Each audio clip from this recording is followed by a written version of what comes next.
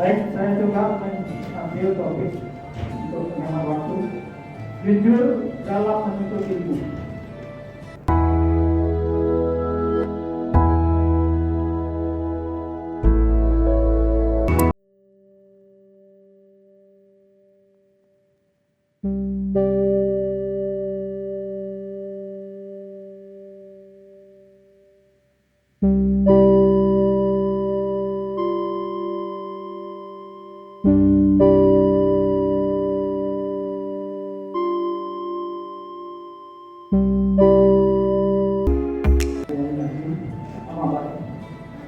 Alhamdulillah wa syukurillah pada malam 24/23/2022. Mudah-mudahan tahun Ramadan kita diterima oleh Allah Subhanahu wa taala.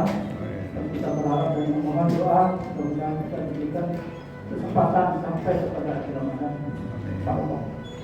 Salawat dan salam kita kepada Nabi Muhammad sallallahu alaihi wasallam, atas keluarga, para sahabatnya dan para pengikutnya kita mudah-mudahan termasuk di dalamnya mengharapkan ridho Allah dan sahabat kaum muslimin muslimat, terutama jamaah mulia yang dimuliakan Allah, jamaah terus salam dengan kita yang pada malam hari ini semakin maju ya.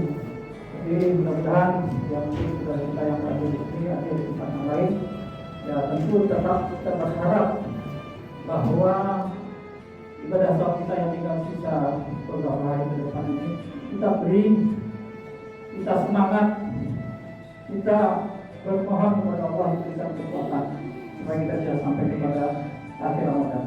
Karena bagaimanapun juga banyak sekali orang yang tidak sampai ke tujuan, berguguran di tengah jalan. Kita lihat di jalan beberapa warung sudah terbuka, kita lihat sana di bawah ya, orang sudah nggak mampu lagi buka puasa, bahkan di mall ya, bahkan ibu-ibu juga, mohon maaf ibu-ibu, banyak sekali di Tanah Abang, di Jatinegara terutama juga ya, ramai sekali ya. Ingat sudah mau dekat Lebaran, perlu bawa baju Lebaran dan sebagainya, yang mau juga beli ke kampung halaman gitu ya.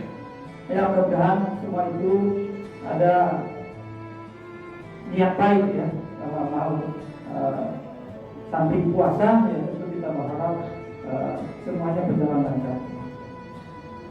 Pada malam hari ini saya diminta oleh ketua saya menyampaikan ya, artinya Pak Ustaz Haji Mubarak kita hadir hari ini, beliau sudah hadir di Senin. Hari ini kalau nggak salah jadwalnya di Baik, saya coba mengambil topik untuk menghemat waktu. Jujur dalam menuntut ilmu. Nah, pelajari kejujuran sebelum mempelajari ilmu. Jadi maksudnya kalau kita sudah punya bekal jujur dalam menuntut ilmu, mudah-mudahan dapat berkah dari Allah. Karena banyak orang menuntut ilmu setelah ilmunya dia dapat, tapi kejujuran yang tidak dia miliki mengakibatkan banyak membohongi orang, membodohi orang, bahkan ya kalau diberikan kekuasaan ya, kewenangan bisa menggunakan. Nah, akibatnya apa yang terjadi? Tentu tidak baik. Saya yakin ya, kejujuran itu bisa dimulai dari rumah tangga, dari lingkungan, termasuk pertama kali tentunya anak-anak kita. Ya, kita mengajarkan anak-anak kita berkata jujur, tapi kalau kita sendiri tidak jujur kepada anak, ya tentu akibatnya juga anak akan bisa sakit. Mudah-mudahan melatihkan kita kekuatan untuk bisa berkata jujur, terutama di dalam rumah tangga kita masing-masing. Orang yang beriman selalu jujur dalam sikapnya. Orang yang telah berilmu tentunya diharapkan setelah mendapatkan iman akan selalu berkata dan sikap jujur. Kalau kita katakan tadi orang yang sering kali berbohong, itu dicatat Allah sebagai seorang yang berbohong. Orang yang suka berbohong seringkali sulit untuk berkata jujur. Orang yang jujur, Allah akan tulis di sisinya sebagai orang yang jujur. Orang-orang yang jujur diberi tempat khusus oleh Allah Subhanahu wa taala. Allah akan menjaga kehidupannya. Orang yang berkata atau perkataannya jujur, tanda kemuliaan diri di sisi Allah maupun di sisi manusia. Apa contohnya? Banyak. Orang yang suka berkata jujur mendapat 3 hal. Antara satu, kepercayaan. Jadi orang yang jujur selalu dapat dipercaya, diberikan amanah, dia menjalankan amanah tersebut. Kemudian dia dapat cinta. Orang mencintai dia. Karena orang jujur itu apapun yang diserahkan atau dipercayakan kepada dia atau diberikan kekuatan, kekuasaan, kewenangan, jabatan dan sebagainya, tetap dia akan mendapatkan menjalankannya dengan baik. Dia akan mendapatkan cinta dari para pemberi kepercayaan tadi. Kemudian orang jujur ini juga dihormati. Jadi rasa hormat orang kepada orang yang jujur ini sangat kita lihat dalam praktek. Jadi selain tadi dikatakan jujur dalam menuntut ilmu, tentu juga pentingnya ilmu sebelum beramal. Jadi kaitannya kalau kita sudah punya ilmu, ya tentu kita dalam beramal, terutama dalam menjalankan ibadah atau perintah Allah SWT, insya Allah itu bisa kita lakukan dengan mudah dengan pertolongan Allah. Kalau kita lihat bahwa ilmu tanpa akal ibarat seperti memiliki sepatu tanpa kaki. Apa yang dimaksud ilmu tanpa akal ibarat seperti memiliki sepatu tapi tanpa kaki? Bagaimana? Kalau akal tanpa ilmu ibarat seperti memiliki kaki tanpa sepatu. Nah, ini mungkin filsafat ini menjadi bagian daripada kita untuk kita maklumi. Ibaratnya kalau kita dalam berdiri dalam keadaan kotor, tubuh dibersihkan dengan air, tapi akal dibersihkan dengan pengetahuan atau ilmu, dan jiwa dibersihkan dengan cinta. Pada kesempatan ini,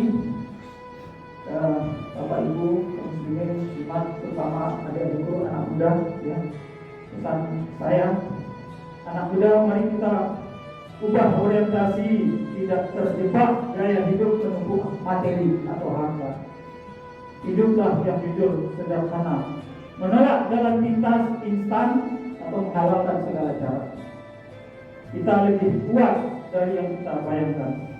Jadi kita anak muda terutama yang akan mengganti generasi bangsa ini ke depan, janganlah berhenti ketika Anda lelah, tapi berhentilah ketika Anda selesai. Sebagaimana juga di dalam